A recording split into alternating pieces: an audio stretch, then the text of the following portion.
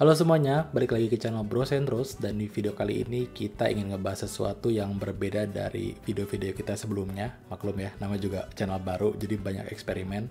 Kali ini setupnya kita nggak di luar ruangan, kita sekarang ada di ruang kerja gua. Kebetulan gue lagi ngetes nih kamera webcam baru untuk gue pakai sehari-hari kerja, tapi gue pikir kualitasnya oke juga ya, sekalian mungkin bisa dipakai bikin konten gitu sih. Jadi video kali ini gue pengen sedikit ngebahas tentang cara gimana sih kita bikin itinerary yang lengkap sebelum kita berangkat ke destinasi tujuan kita pada saat road trip. Menurut gue teman-teman, bikin itinerary itu salah satu bagian yang paling krusial sih saat kita merencanakan sebuah road trip. Karena menurut kita, itinerary itu ada beberapa manfaat teman-teman. Yang pertama adalah itinerary itu bisa buat kita hemat waktu. Kenapa?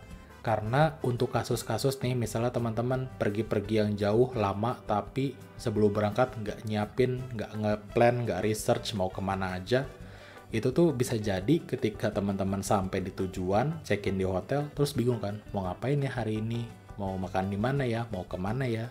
Itu tuh proses mencari destinasi pas kita udah nyampe di tempat itu bener-bener buang-buang waktu, ya nggak sih? Yang harusnya itu bisa dilakukan jauh-jauh bahkan sebelum teman-teman berangkat. Dan juga menurut kita, itinerary itu bisa bantu kita hemat budget. Karena pertama, ketika kita menghabiskan waktu buat research-nya sambil keliling-keliling daerah yang kita kunjungin tanpa tahu mau kemana arahnya, ya bisa jadi kita malah buang-buang bensin di situ, ya nggak sih? Jadi pengeluaran bensinnya nambah. Udah gitu parahnya ketika kita ke tempat makan tanpa riset dulu, ya bisa jadi kita zonk ke tempat makan yang mahal, akhirnya keluar budget lebih, ya nggak sih? Jadi menurut kita tuh penting banget bikin yang namanya itinerary. Tapi walaupun kita punya itinerary, itu tuh nggak serta-merta bikin kita tuh punya kepastian pada saat di perjalanan. Karena yang namanya kita di jalan, kita tuh nggak bakal tahu apa yang terjadi nantinya gitu. Tapi dengan itinerary, kita tuh bisa seenggaknya punya persiapan yang matang dan nggak kaget di tengah-tengah perjalanan. Gitu sih teman-teman. Pentingnya punya itinerary menurut kita. Nah itu udah soal kenapa sih kita perlu bikin itinerary. Sekarang gue pengen bahas gimana caranya gue tuh biasanya bikin itinerary khususnya untuk perjalanan yang jauh. Jadi gue pengen ngasih teman-teman satu lembar sheet ya, Google Sheet yang gue pakai pada saat gue ngeplan perjalanan road trip ke Bali kemarin. Yang videonya teman-teman bisa tonton di sini. Apa di sini? Nah, jadi teman-teman kalau lihat di layar gue di sini, jadi sebelum berangkat tuh gue udah ngeplan kalau gue bakal jalan 8 hari 7 malam ya kan. Jadi kita bikin sel seperti ini. Ada day 1, day 2, day 3 sampai day 8 gitu ya. Nah, di sini kita coba masukin perkiraan kira-kira tuh seperti apa sih perjalanan dari hari pertama sampai hari terakhir. Ini tuh belum masuk ke budget ya. Jadi kita hanya memikirkan apa aja sih tempat-tempat yang mau kita kunjungin gitu ya. Dan itu kita buat timeline-nya, tapi berdasarkan estimasi kita dulu. Jadi maksud gue gini, pertama waktu road trip Bali kemarin, gue kan jalan dari Bekasi dan kita mutusin buat mampir ke Malang sebagai destinasi pertama kita, ya kan. Jadi di sini gue tulis perjalanan dari Bekasi ke Malang sebagai poin pertama gitu ya. Nah, setelah perjalanan itu gue berestimasi perjalanannya itu mulai jam 5 pagi. Kenapa? Nanti gue kasih tahu. Kemudian gue juga ngeplan nih mau berhenti di mana aja pas istirahat dari poin A ke poin B ini. Dalam arti ini dari tempat destinasi awal dari Bekasi ke Malang. Jadi gue bahkan ngeplan gitu kayak rest area mana nih ya yang kira-kira cocok berdasarkan mungkin waktunya juga dan juga berdasarkan fasilitasnya, karena kan kita pengen make sure rest area yang kita datangin itu paling enggak ya ada misalnya pom bensin gitu ya atau tempat sholat dan sebagainya. Nah itu kita make sure dulu nih, kita riset dulu. Bahkan gue sampai riset masuk ke link Google Maps ya gitu kan. Kayak wah ini di mana ya? Oh di Cipali, kayak gimana ya tempatnya? Terus kita lihat detailnya, reviewnya segala macam. Oh ternyata ini salah satu rest area rame nih, rest area kilometer 16A, reviewnya 16.000. Kalau kita lihat sih secara fasilitas kayaknya lengkap ya, ada masjid macam-macam, ada kopi gitu. Makanya ini kita masukkan sebagai destinasi pertama kita juga. Nah, kita bilang bahwa ETA untuk sampai ke rest area ini adalah jam 7.30. Nah, ini kita tahu dari mana? Nah, tahunya adalah dari kita nyari estimasi waktunya pakai Google Maps juga, teman-teman. Nah, katakanlah waktu itu gue berangkat dari Bekasi, Jalan Ratna gitu ya, Jalan Ratna Jatibening. Terus kita jalan dari sini, ya, katakanlah dari Superindo Jatibening lah ya, direction sampai tadi KM 166A Cipali. Ini. Nah, kita bisa tahu nih kira-kira perjalanannya tuh 2,5 jam sampai 3 jam, ya kan? Jadi kita bisa buat perkiraan seperti itu. Kita kalau berangkatnya jam 5, kira-kira sampai situ jam berapa? Kalau ditambah 2,5 jam ataupun ditambah 3 jam. Nah, bagusnya di Google Maps kita bisa ganti nih ya waktu di partnya. Kita ganti ke jam yang kita mau. Lama ya, kita scroll aja 5 pagi gitu ya. Nah bahkan kita bisa kasih waktunya kapan kira-kira.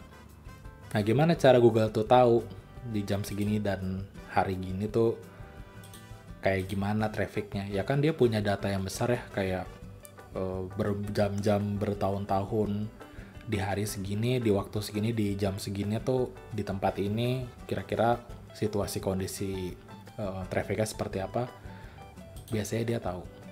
Tuh. Nah, kita lihat kalau kita di partai jam segini, artinya typically itu 2-3 jam. Ya 2,5 jam lah di Vortex gitu. Nah, makanya gue pakai waktu ini, gue masukin ke sini. Kalau kita berangkat jam 5, artinya nyampe di rest area itu jam 7.30 pagi.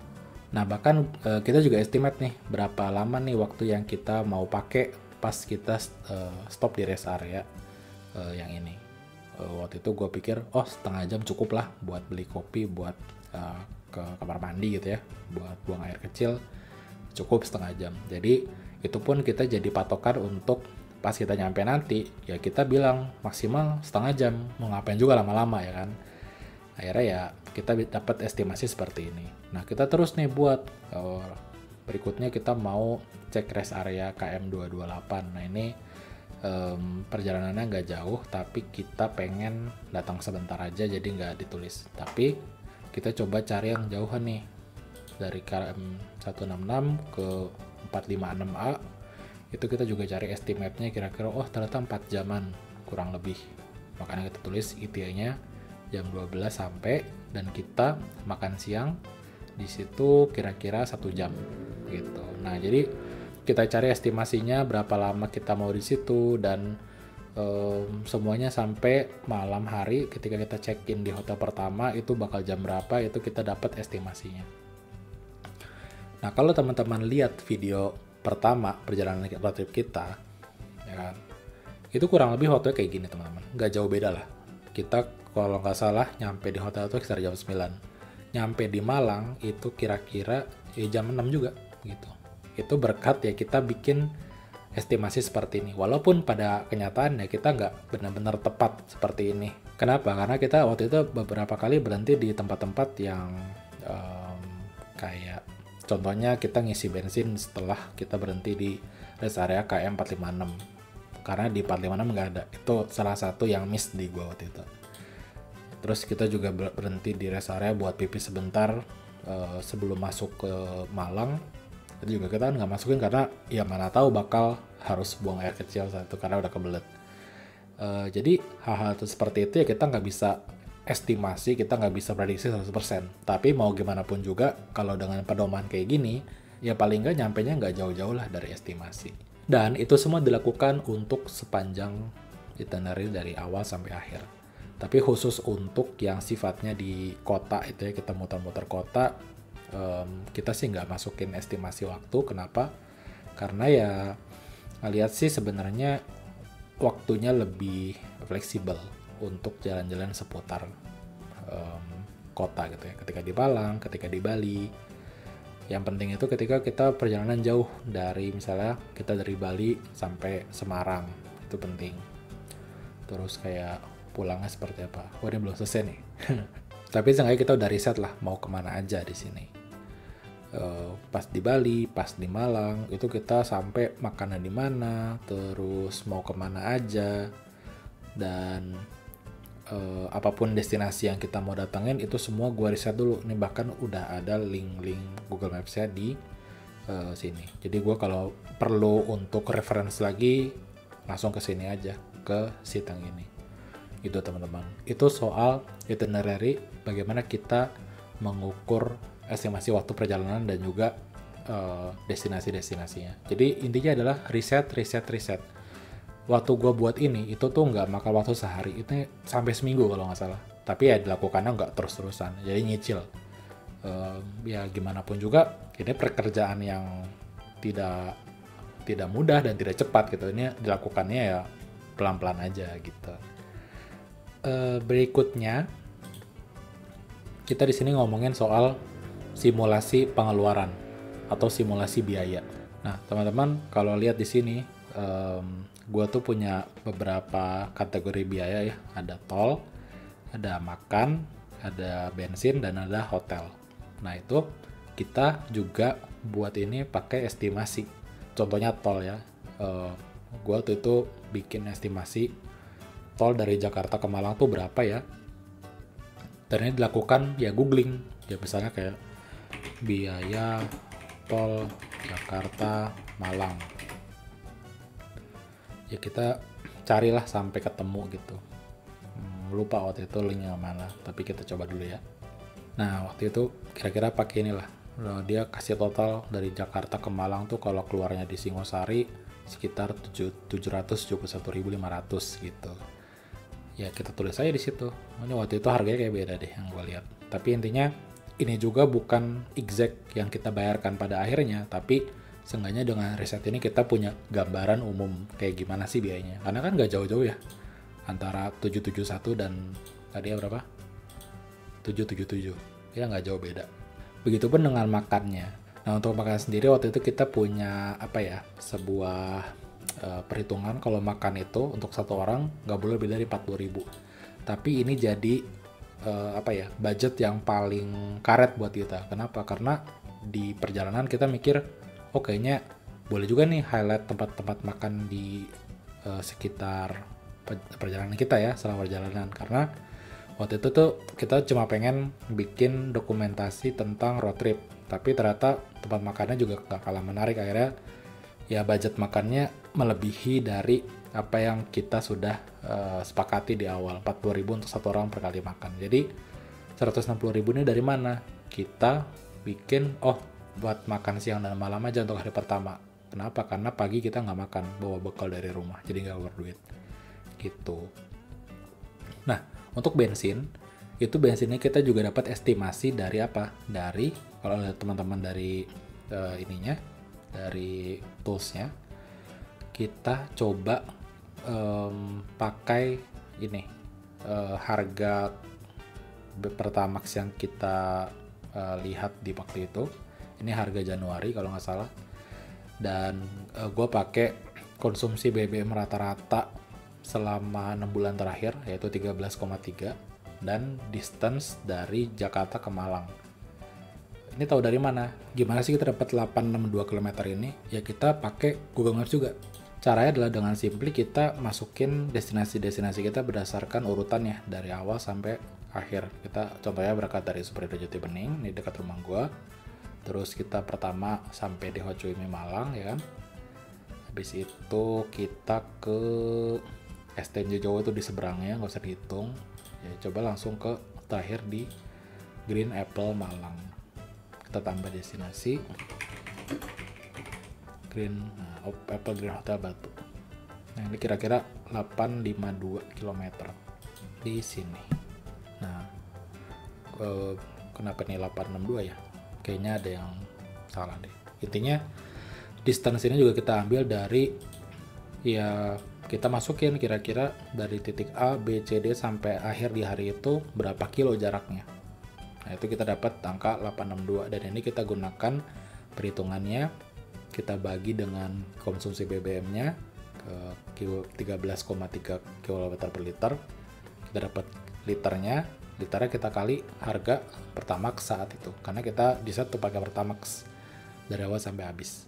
Nah makanya kita dapat angka segini, 829.594. Oke, habis itu terakhir kita juga masukin harga atau biaya hotel ya, karena kalau yang ini lebih gampang. Kenapa? Karena kita udah booking dari awal dan itu angkanya udah pasti itu yang kita bayarin ya kan. Itu dapat deh angka biayanya segini, 2.051.594, dan itu kita lakukan dari awal sampai akhir gitu teman-teman. Tuh, dari awal day 1 sampai day 8 itu kita hitung satu-satu berapa kilometer sih di sini, terus kayak kemana aja, terus hotelnya berapa setiap malam, makannya berapa kali per hari gitu kan. Itu kita hitung semua dan dapatlah segini. Untuk tol kita estimate perjalanan makan 2 juta, bensin 2,7, makan 1,7, hotel 2 juta, tiket macam-macam 200 sekian. Nah, tiket juga angkanya dari sini teman-teman, nih ada tiket kan. Kita itu estimasi tiket masuk pantai berapa, tiket masuk Ulun Danu berapa, tiket masuk desa Panglipuran berapa, walaupun kita nggak jadi ke desa Panglipuran, ya ini namanya juga estimasi kan, kita masukin berdasarkan data juga. Dan akhirnya dapat nih angka 8,7 juta sebagai estimasi awal. Jadi kita nyiapin lah ya budget 9 juta gitu. Ya akhirnya budget 9 juta pun kalau kita lihat actualnya di sini teman-teman, pada akhirnya kita menghabiskan uang ya lebih 9,4 dari angka tadi 9 juta. Lebihnya 400.000. Itu kenapa? Ya karena uang makan ya kita keluar lebih banyak daripada yang kita estimate di awal. Walaupun sebenarnya kita bisa bikin estimasi lebih baik lagi. Kalau kita dari awal bilang, oh kita makan tempat-tempat yang nggak terlalu murah kok, karena kita mau highlight tempat makan, ya kita set budget makanan lebih banyak lagi sih, gitu.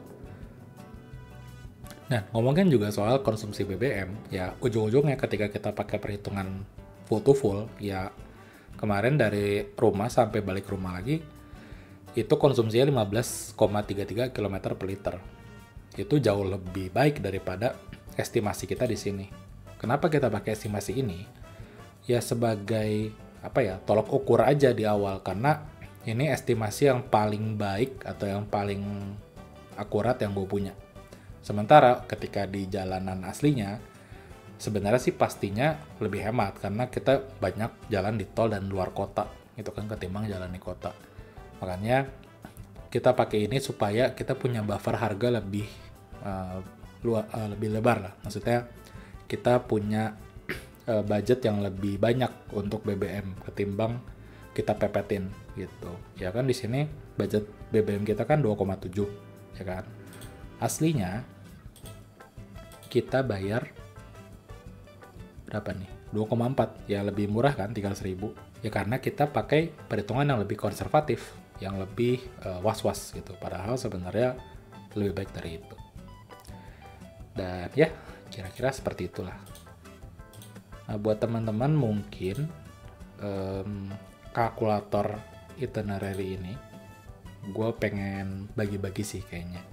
Nah, kalau teman-teman pengen cek kalkulator ini buat diaplikasiin ke planning road trip teman-teman berikutnya, boleh cek di deskripsi ya, linknya udah gue kasih gratis, nggak usah ngapa-ngapain. Tapi kalau teman-teman bisa follow, kalau belum thank you banget, tapi kalau udah thank you banget juga.